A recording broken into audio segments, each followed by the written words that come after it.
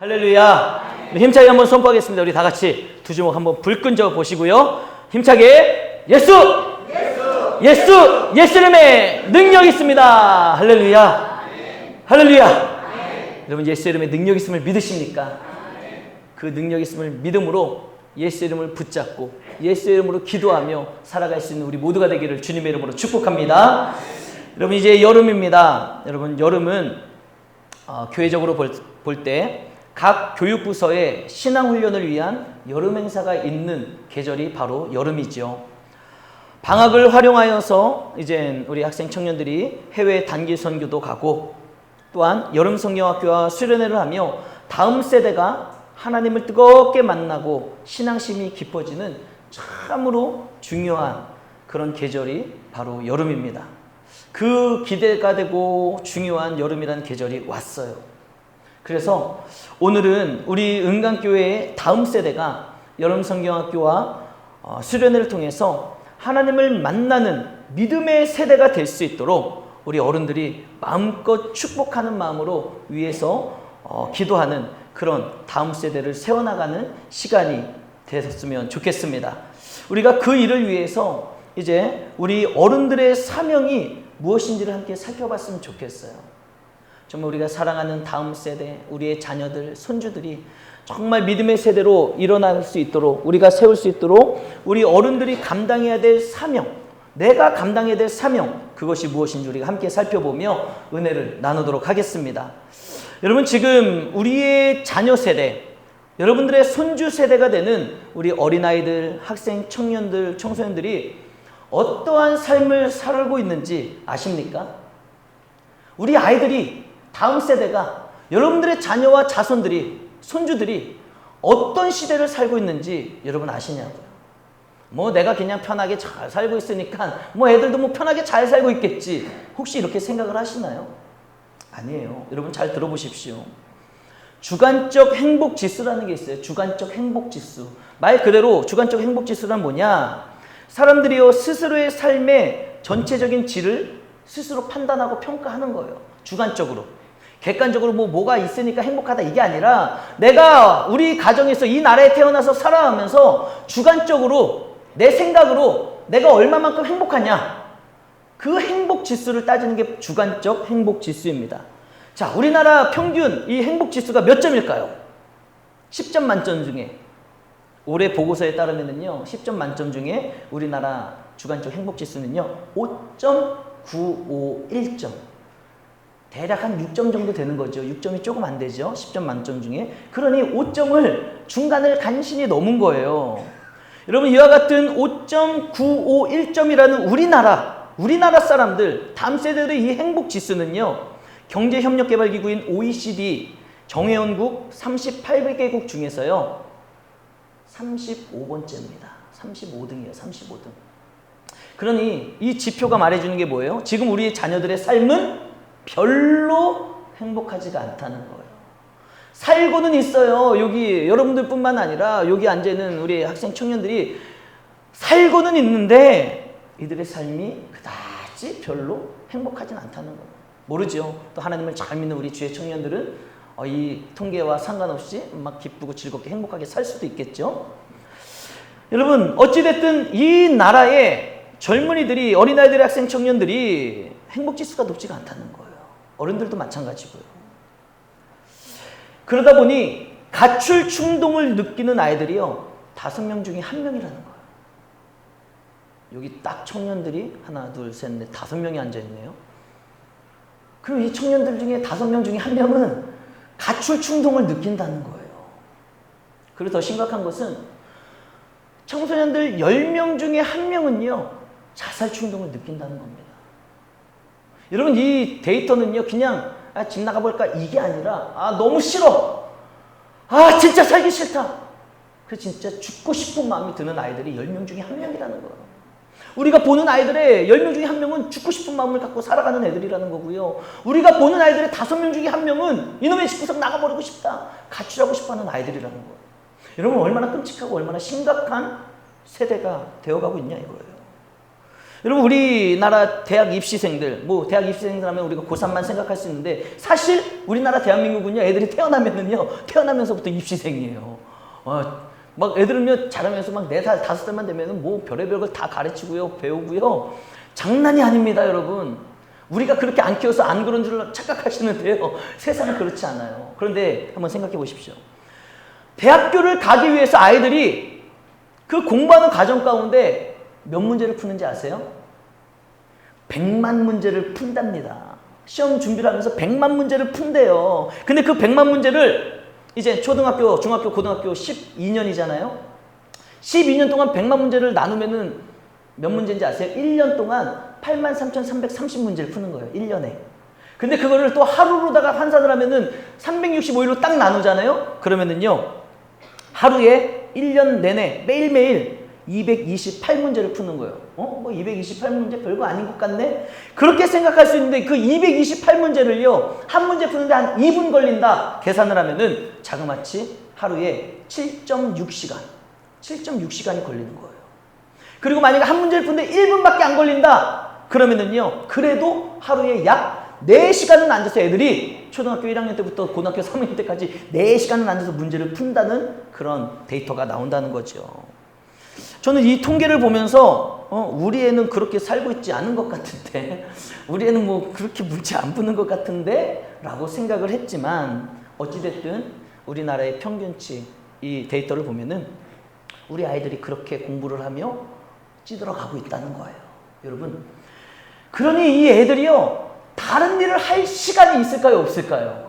하루에 뭐 적어도 4시간, 하루에 적어도 6시간을 문제를 풀고 앉아있는데 그것만 합니까? 밥도 먹어야지, 똥도 싸야지, 학교도 갔다 와야지, 학원도 가야지, 뭣도 해야지. 그러니 우리 자라나는 다음 세대 아이들이 뭘 할 시간이 없으니 그 아이들이 하나님을 잘 믿고 예배드리고 섬길 수 있는 시간이 있겠습니까? 아무것도 없다라는 결론이 나온다는 거예요. 그러면서 우리 다음 세대 아이들이 얼마나 이 시대를 살아가면서 스트레스를 받겠습니까? 괜히 이 아이들이 자살 충동을 느끼는 게 아니에요. 괜히 이 아이들이 집을 나가고 싶다라는 가출 충동을 느끼는 게 아니라는 겁니다. 그들의 삶 자체가 그러다 보니 거기에 막 코너에 몰리다 보니 아이들이 죽고 싶은 마음이 드는 것이고 아이들이 집 나가고 싶은 마음이 드는 것 아니겠습니까?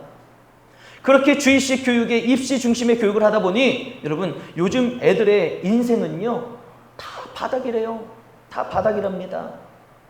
뭐가 바닥인지 아세요? 그렇게 코너에 내버리면서 막 공부하며 입시 하며 살아가다 보니까 애들이 인성이 바닥이랍니다. 인성. 그리고 도덕성이 바닥이래요. 그리고 어른들을 공경하는 마음이 바닥이라고 합니다. 국제학업 성취도를 보면은요. 국제적으로 학업, 공부하는 학업의 성취도 얼마만큼 성취를 하느냐. 이 성취도를 보면은요. 우리나라 애들은요. 수학이나 과학 있죠. 수학, 과학. 이것은 세계적으로 평가를 해보면요. 항상 1등, 2등이에요. 우리나라 애들이 공부는 진짜 잘하는 거죠. 세상에 어디다 내놔도 우리 아이들이 수학, 과학은 1등, 2등이라는 거예요. 그런데 여러분 안타까운 게 뭔지 아십니까? 그렇게 공부, 수학, 과학 이런 건 잘하는 애들이 사회성은요. 사회성 36개국 중에 35위랍니다. 35위. 그리고요. 더 심각한 것은 협력성은 36개국 중에 36등 꼴찌. 우리 아이들이 자라나면서 공부하니까 우리 부모들이 공부시키고 막 사교육에 난리를 치니까 수학이나 과학이나 이런 것들은 공부를 막 세계 1, 2등 하는데 그러다 보니 인성도 바닥, 도덕성도 바닥, 어른을 공경하고 또 바닥 살다 보니 어때요? 사회성은요 36등 중에 35등이에요. 사회성이 없어요. 사람들과 어울릴 줄 모르는 거예요. 협력성 꼴등입니다. 꼴등. 협력할 줄 모르는 거예요. 나만 아는 거예요. 그렇게 살아가고 있는 겁니다. 여러분, 지금 우리 부모 세대가 너무너무나도 귀하고 귀한 우리 자녀들에게 도대체 지금 무슨 짓을 하고 있는 겁니까? 무슨 짓을 하고 있는 겁니까? 부모들은 이렇게 이야기하죠. 야, 다 너 잘되라고 하는 거야. 다 너 잘되라고 하는 거야. 여러분, 정말 잘되기를 바란다면 우리가 이 아이들에게 자살 충동을 느끼게 몰아내야 되겠습니까? 정말 잘되길 바란다면 집 나가고 싶은 마음을 5명 중에 1명 아이들에게 심어줄 정도로 아이들을 몰아붙여야 되겠습니까? 우리는 어른들의 입장에서 너희들이 잘되기를 바라는 마음으로 하는 거다라고 이야기하지만 현실은 아이들은 어떻게 받아들이고 있습니까? 너무너무 힘든 거예요. 너무너무 괴로우시다. 행복하지도 않고. 그런 삶을 살아가고 있다는 거예요. 여러분, 우리의 미래와 소망이 되는 자녀들에게 지금 우리 부모 세대가 무엇을 가르치고 있는 것입니까? 어떻게 인도하고 어떻게 양육하고 있는 거예요? 성경 말씀 잠언 22장 6절에 보면은요, 이렇게 말씀하고 있습니다. 우리가 너무나도 잘 알고 있는 말씀이에요. 우리 다시 한번 마음에 새기며 읽어보겠습니다. 시작. 마땅히 행할 길을 아이에게 가르치라. 그리하면 늙어도 그것을 떠나지 아니하리라. 아멘. 할렐루야. 우리 믿음의 성도들을, 믿음의 가정에서 우리 믿음의 사람들은요, 뭘 가르쳐야 되는 거예요? 우리 아이들이 자라나면서 공부만 가르치는 것이 아니라 마땅히 하나님의 창조물로서, 하나님을 섬기는 믿음의 사람으로서 마땅히 행해야 될 것이 무엇인지 그것을 우리 부모 세대가 가르쳐야 된다는 거예요. 사랑하는 성도 여러분, 그동안 우리의 자녀들과 우리 교회의 다음 세대들에게 우리가 무엇을 전수하려고 했고 무엇을 가르치려고 했었는지 여러분 반성하는 시간이 됐으면 좋겠어요. 우리 어른들이 먼저 깨달아야 되지 않겠습니까? 내가 우리 자녀와 우리 교회 다음 세대에 뭘 가르치려고 했고 뭘 전수해 주려고 했는지 여러분 우리 자신이 먼저 깨달아야 되는 거예요. 그리고 반성해야 되는 것입니다. 그리고 우리가 우리의 자녀들과 다음 세대에게 가르쳐야 될 마땅히 행할 길이 무엇인지를 여러분 이 시간에 깨닫고 그 사명감에 불타오르는 저 여러분 모두가 되시기를 주님의 이름으로 축복합니다. 옆 사람과 인사합시다. 우리의 사명을 깨달읍시다. 우리의 사명을 깨달읍시다. 할렐루야. 여러분 지금 여러분들의 자녀들이 다 장성해서 이제 끝났다고 생각하지 마십시오. 여러분들이 지금 할머니가 되고 할아버지가 되셨어도 이제 여러분들의 자녀가 낳은 그 자손들, 손주들에게도 이 말씀이 적용돼야 되지 않겠습니까? 여러분들이 어떤 가치관을 가지고 살아가느냐에 따라서 여러분들의 가정이, 여러분들의 가문이 어떤 가정, 어떤 가문이 되어지는지 달라질 수가 있다는 거예요. 그래서 오늘 말씀을 통해 우리 부모 세대가 정말 우리 교회 어린아이들을 보면서 얘네들이 내 손주가 아니고 내 자녀가 아니라 할지라도 정말 내가 낳은 내 손주와 같은 마음을 가지고 우리가 함께 사명에 불타오르는 어떠한 사명을 내가 감당해야 될지 깨달을 수 있는 우리 모두가 되기를 주님의 이름으로 축복합니다. 오늘 본문 디모데후서 2장 1절이지요. 1절을 보면은요 이렇게 말씀하고 있습니다. 우리 다 같이 한번 읽어봅시다. 시작. 내 아들아 그러므로 너는 컴퓨터가요 가끔 이렇게 멈출 때가 있어요. 자, 우리 다시 한번 디모데후서 2장 1절 말씀 우리 다 같이 한번 읽어보겠습니다. 시작. 내 아들아 그러므로 너는 그리스도 예수 안에 있는 은혜 가운데서 강하고, 은혜 가운데서 강하고. 여러분 우리가 본문 1절 말씀을 통해 우리의 자녀들과 다음 세대들에게 가르쳐야 될 첫 번째 메시지를 찾을 수 있습니다. 그 첫 번째 메시지가 뭐냐? 우리 다 같이 한번 읽어보겠습니다. 시작. 하나님의 은혜 안에 있을 때 강한 자가 된다는 것을 가르쳐야 합니다. 아멘. 여러분 오늘 우리가 우리의 다음 세대에게 가르쳐야 될 첫 번째 말씀이 뭐예요? 하나님의 은혜 안에 있을 때 강한 자가 된다는 것을 가르쳐야 되는 거예요. 여러분 이것은 우리가 자녀들에게 가르쳐줄 뿐만 아니라 우리가 이 말씀을 믿음으로 받아들이고 살아야 되는 거예요. 우리가 이 말씀을 믿지 못하기 때문에 우리가 하나님의 은혜 안에 있어야지 강한 사람이라는 것을 알지 못하기 때문에 우리가 자녀들에게 못 가르쳐 주는 거예요. 이 말씀이 깨달아지고 알아지는 은혜가 있기를 주님의 이름으로 축복합니다. 그래서 깨달아지고 알아지고 이제 우리의 다음 세대, 우리 믿음의 자녀들에게 이 말씀을 가르쳐 줘야 돼요. 하나님의 은혜 안에 있을 때 강한 자가 될 수 있는 거야. 이것을 다른 말로 한마디로 하면 뭔지 아십니까? 하나님을 잘 믿어야 되는 거야. 하나님을 잘 믿을 때 강한 자가 되는 거야. 이 간단한 믿음의 원리를 가르쳐 줘야 되는 거예요. 여러분 요즘 이 시대가 얼마나 악합니까? 우리가 살아가는 이 시대가 얼마나 악하냐고요. 강해야지만이 살아남을 수 있는 시대 아닙니까? 세상의 유혹이 얼마나 많아요. 그리고 마귀의 도전이 얼마나 거셉니까? 세상의 풍파가 우리의 삶도, 우리의 자녀들의 삶도 얼마나 해집고 다니는지 모르는 그 악하기 그지없는 세상을 우리와 우리 자녀들이 살아가고 있다는 것. 이와 같은 세상 가운데 여러분 우리가 강하지 아니하면 넘어지고 쓰러지고 지칠 수밖에 없어요. 세상 사람들은 이 험악한 세상에서 강해지는 것을 뭘 가르칩니까? 야, 돈이 많아야지 강한 거요. 권력이 있어야지 강한 거요. 여러분 세상 사람들은 그렇게 가르치는 겁니다. 그래서 돈이 많고 권력이 있어야지 다른 사람들을 짓누르고 네가 이기는 거요. 그러나 우리 믿음의 사람들은 강한 게 뭔지를 아셔야 되는 거예요. 이 험악한 세상에서 무엇이 강한 것이고 어떻게 강해야지 정말 진정한 승리의 삶을 살아가는지 우리는 가르쳐 줄 수 있어야 되는 거예요. 여러분 그 강함이 무엇인지 아십니까? 여호수아 1장 6절을 보면은요, 모세의 뒤를 이어 이스라엘의 지도자가 되어서 이제 막 떨고 있는 여호수아가 있어요. 그 여호수아에게 이렇게 말씀하고 있습니다. 우리 다 같이 한번 여호수아 1장 6절 읽겠습니다. 시작. 강하고 담대하라. 너는 내가 그들의 조상에게 맹세하여 그들에게 주리라 한 땅을 이 백성에게 차지하게 하리라. 아멘. 강하고 담대하라 이야기하죠. 이어지는 여호수아 1장 7절도 우리 다 같이 한번 읽어보겠습니다. 시작. 오직 강하고 극히 담대하여 나의 종 모세가 내게 명령한 다 지켜 행하고 우로나 좌로나 치우치지 말라. 그리하면 어디로 가든지 형통하리니. 아멘. 또 이어서 뭐라고 말씀하고 있습니까? 강하고 담대하라. 그래야 어디로 가든지 형통할 수 있다라는 거예요. 그리고 마지막 이어서 여호수아 1장 9절 말씀 우리 다 같이 한번 힘차게 읽어보겠습니다. 시작. 내가 내게 명령한 것이 아니냐. 강하고 담대하라. 두려워하지 말며 놀라지 말라. 내가 어디로 가든지 내 하나님 여호와가 너와 함께 하느니라 하시니라. 아멘. 여러분, 인생의 엄청난 전환점을 맞이한 여호수아에게 지금 하나님이 뭐라고 말씀하고 계십니까? 6절, 7절, 9절 계속해서 강하고 담대하라. 강하고 담대하라. 두려워하지 말며 놀라지 말라고 말씀을 하고 있다는 사실이에요. 여러분, 우리의 다음 세대가 이 험악하게 그지없는 세상에서 강하고 담대하게 살아가며 두려워하지 아니하고 놀라지 아니하고 승리의 삶을 살 수 있는 비결, 여러분 그 비결이 뭔지 아십니까?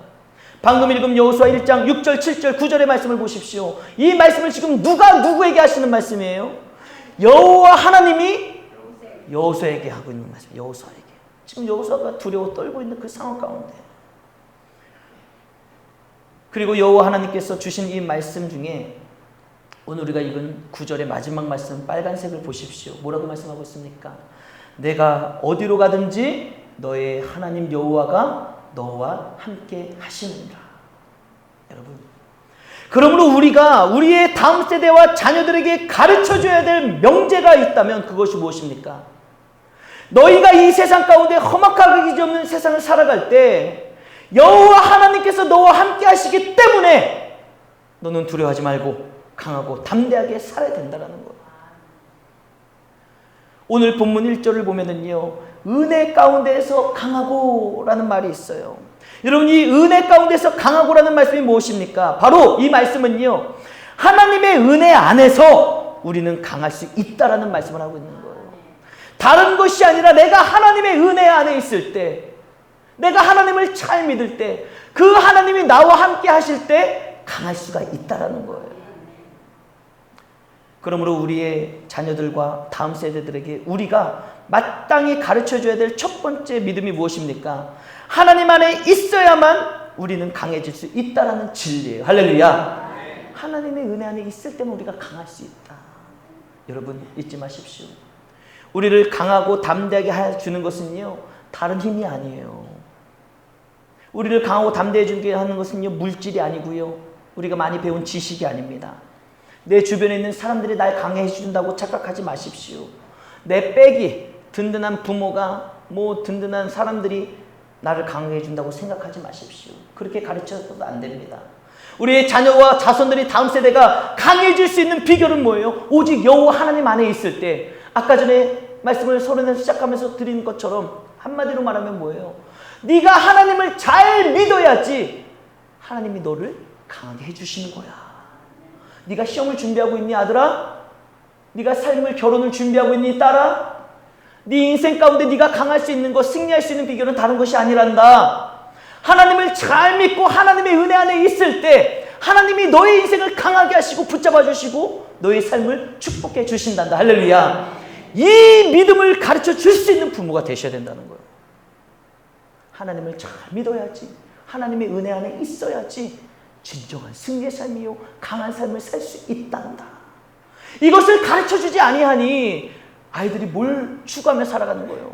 돈만 많이 벌면 성공하면 그게 강한 줄 알고, 뭔가 권력을 잡아야지 내가 강해지는 줄 알고 그 모습으로 살아가고 있지 않습니까? 우리가 이 신앙을 가르쳐주지 못했기 때문에 아이들이 다음 세대가 잘못된 가치관을 가지고 세상에서 허우적거리며 힘겹게 살아가고 있는 거예요. 그러나 오늘 말씀을 들은 저와 여러분들의 삶 가운데 여러분들의 가정이 변화되고 거듭나서 그 무엇보다도 여호와 하나님을 잘 믿고 섬길 때, 여호와 하나님의 은혜 안에 있을 때 우리는 진정 강해질 수 있단다. 이 믿음을 심겨줄 수 있는 믿음의 부모가 되길 주님의 이름으로 축복합니다. 사랑하는 성도 여러분, 이번 여름 성경학교와 여름 수련회를 통해서 우리 은강교회의 다음 세대가 정말 그 하나님, 믿고 섬겨야 될 그 하나님을 만나고 그 하나님께서 우리 아이들과 학생 청년들의 인생의 후견인이 되어주셔서 하나님과 동행하며 하나님과 함께 하심으로 말미암아 우리 다음 세대의 인생이 강하고 담대하게 사는 승리 인생이 될 수 있도록 기도해 주시는 우리 부모님 세대가 되기를 주님의 이름으로 부탁드립니다. 자, 두 번째 우리 함께 힘차게 읽어보겠습니다. 시작. 믿음의 계승자가 되어야 한다는 것을 가르쳐야 합니다. 첫 번째로는 하나님을 잘 믿어야 된다는 것을 가르쳐 줬다면, 이제 두 번째 뭐예요? 믿음의 계승자가 되어야 된다는 것을 가르쳐 줘야 되는 거예요.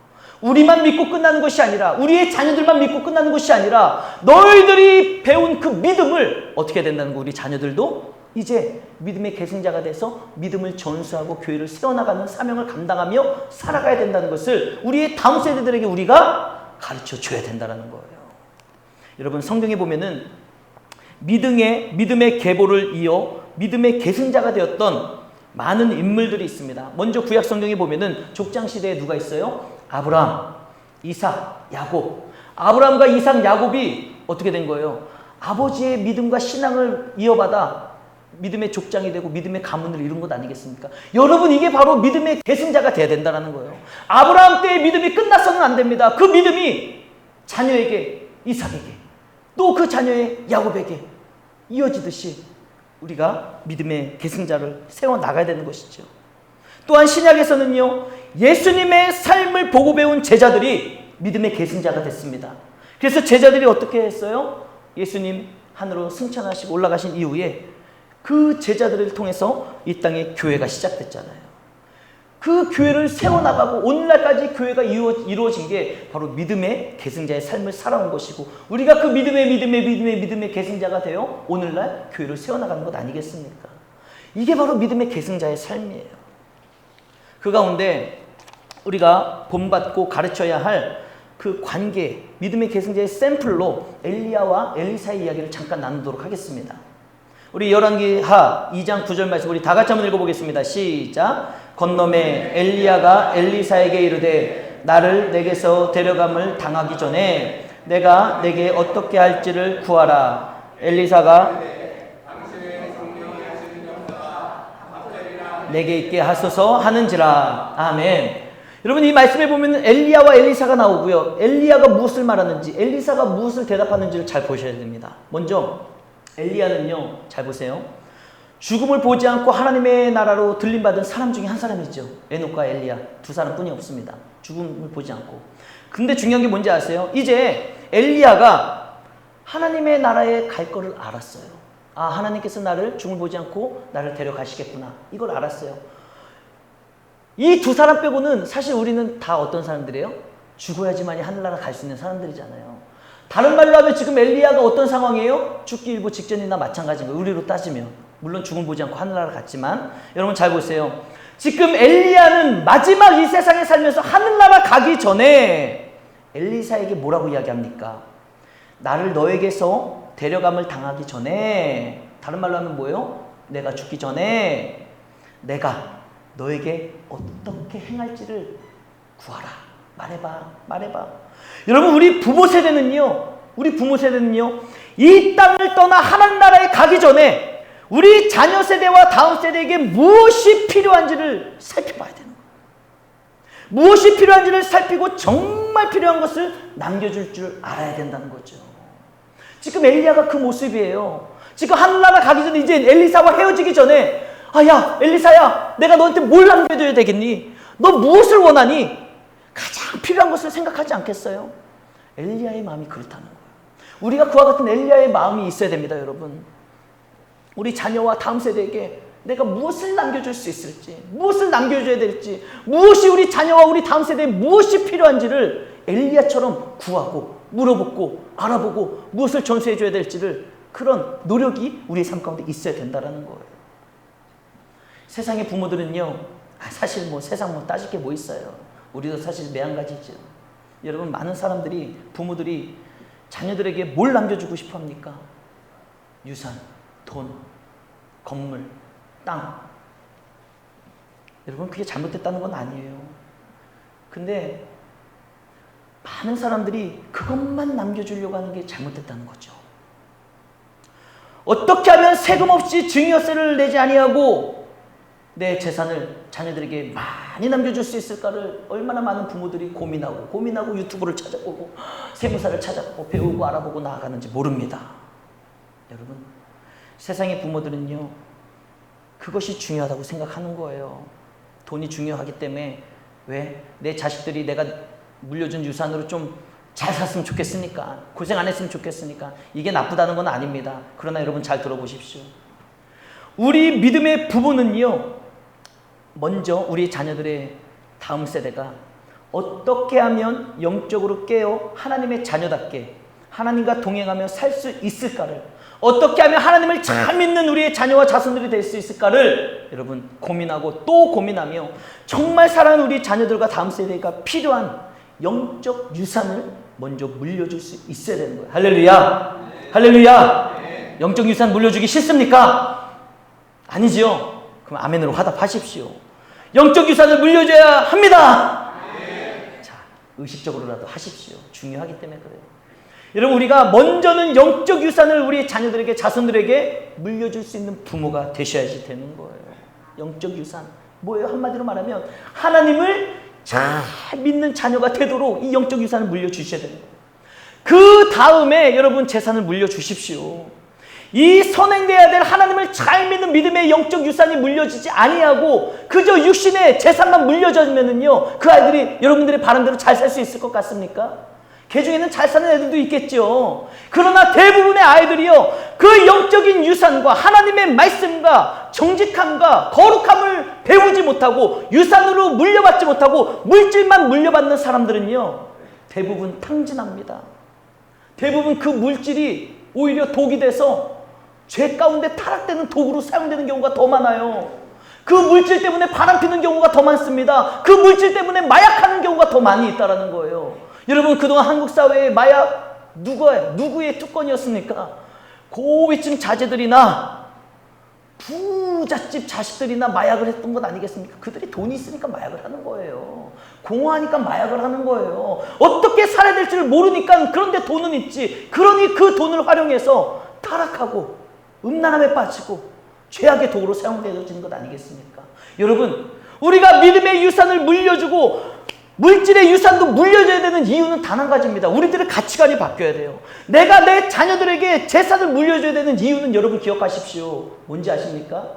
내 자녀들이 내가 물려주는 유산을 가지고 하나님을 잘 섬기고 헌금도 하고 교회를 세워나가는데 쓰임받는 우리의 자녀들이 될 수 있도록. 할렐루야. 여러분, 우리의 자녀들 가운데요, 물질의 어려움 때문에 교회 다니기 힘든 자녀들도 많이 있어요. 먹고 사는 게 바빠가지고. 우리의 자녀들이 그렇게 되지 않기 위해서 우리가 물질을 물려줄 수 있는 그런 가치관을 가지고 있는 믿음의 부모가 되셔야 된다는 거예요. 그 가치관을 가지고, 그래, 내 자녀들은 내가 물려주는 유산을 가지고 정말 물질에 어려움당하지 아니하고 그 생활고에 찌들지 아니하고 하나님을 잘 믿고 섬기는 우리 자녀들이 될 수 있도록 먼저 영적인 유산을 물려주고 그 다음에 여러분들의 재산도 물려줄 수 있는 그런 믿음의 성도들 되시기를 주님의 이름으로 축복합니다. 여러분, 이제 엘리야의 마음을 우리가 봤다면 이제 엘리야의 질문을 받은 엘리사가 있잖아요. 그 엘리사가 무엇을 구합니까?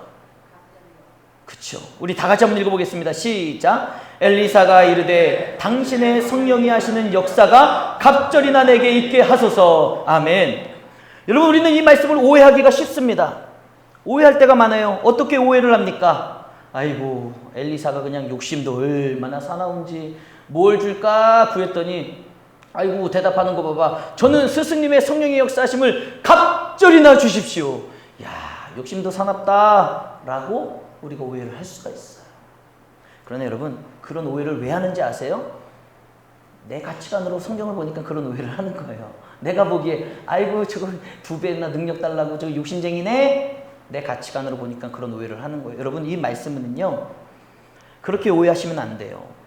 엘리사가 엘리야에게 구했던 갑절의 능력을 구하는 것은요, 두 사람의 몫을 의미하는 겁니다. 두 사람의 목. 이 갑절이라는 건 두 사람의 몫을 의미하는 거예요. 이것을 어떻게 우리가 해석을 해야 되냐? 신명기에 나오는 장자 상속권에 대한 말씀으로 우리는 해석을 해야 되는 거예요. 자, 즉 무슨 말입니까? 여러 자녀들이 있을 때 마찬가지로 엘리야 선지자에게 여러 제자들이 있었겠죠. 그죠? 엘리사뿐만 아니라 많은 선지자들이 있었다는 거예요. 여러 자녀들이 있을 때 각 자녀마다 재산을 물려줄 때 어떻게 물려줘요? 한 사람당 한 사람의 몫으로 물려주는 거예요. 그런데 신명기 말씀에 보면은 장자에게는 어떻게 재산을 물려주게 되어 있습니까? 갑절에 두 배의 몫을 주는 거예요. 두 사람의 몫을 주는 거예요. 왜냐? 장자는 대를 이어야 될 사람이기 때문에 두 배의 몫을 주게 되어 있습니다. 이게 성경의 원리예요. 자, 그러므로 지금 엘리사가 구하는 두 배의 능력, 갑절의 능력은 무엇입니까? 엘리야의 사역을 엘리사가 영적인 장자가 돼서 내가 계승하기를 원합니다. 할렐루야. 바로 이 뜻이에요. 그냥 욕심이 사나워서 두 배의 능력을 달라. 나 막 능력 있는 사람 되고 싶어. 내 스승보다 더 능력 있는 사람이 되고 싶어. 이게 아니라 내 스승이 되는 엘리야 선지자의 사역을 많은 제자들이 있지만 제가 계승자가 되기를 원합니다. 제가 그 사역의 계승자가 돼서 엘리야 선생님의 사역을 내가 이어받아 그 사명을 감당하고 싶습니다. 할렐루야. 지금 이 마음을 가지고 엘리사가 갑절의 능력을 강구하고 있다는 거예요. 그동안 오해하셨던 분들은 다 회개하시길 바랍니다. 엘리사를 막 욕심쟁이로 생각했던 건 다 회개하세요. 그러므로 여러분, 우리 부모 세대는요, 엘리야와 같이 다음 세대에게 예수 그리스도의 몸된 교회를 위한 사역, 사명, 그리고 하나님 아버지를 사랑하는 마음과 섬기는 자의 자세를 전수해주는 그런 영적인 부모가 되셔야 되는 거예요.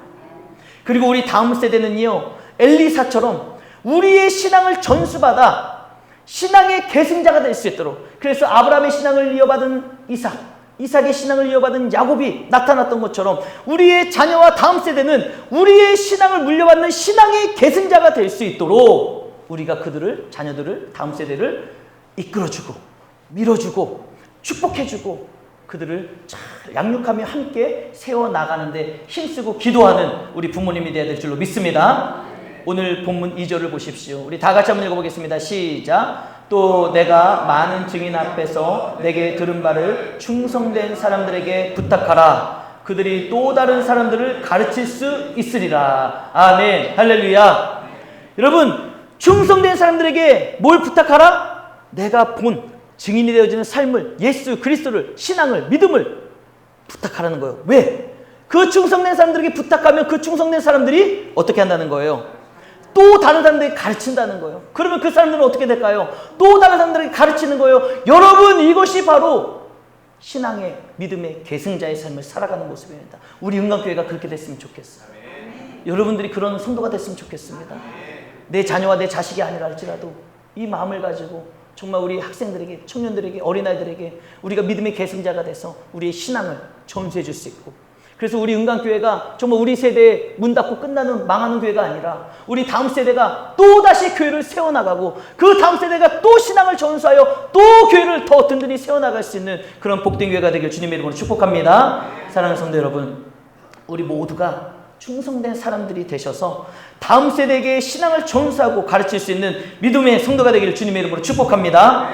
이번 여름 성경학기와 여름 수련을 통해서요, 우리 교회의 다음 세대가 이제 하나님을 만나는 세대, 그래서 하나님 안에서 살며 강건한 인생이 될 수 있도록 우리가 축복할 뿐만 아니라 그들의 인생이, 우리 교회의 어린아이들과 학생 청년들의 그들의 인생이 우리의 신앙과 믿음의 계승자가 되어서 정말 평생을 통해 예수 그리스도의 몸된 교회를 섬기며 세워나가는 그런 믿음의 후손, 믿음의 다음 세대가 될 수 있도록 우리가 같이 끌어주고 밀어주고 기도해 줄 수 있는 저와 여러분 모두가 되기를 주님의 이름으로 축복합니다.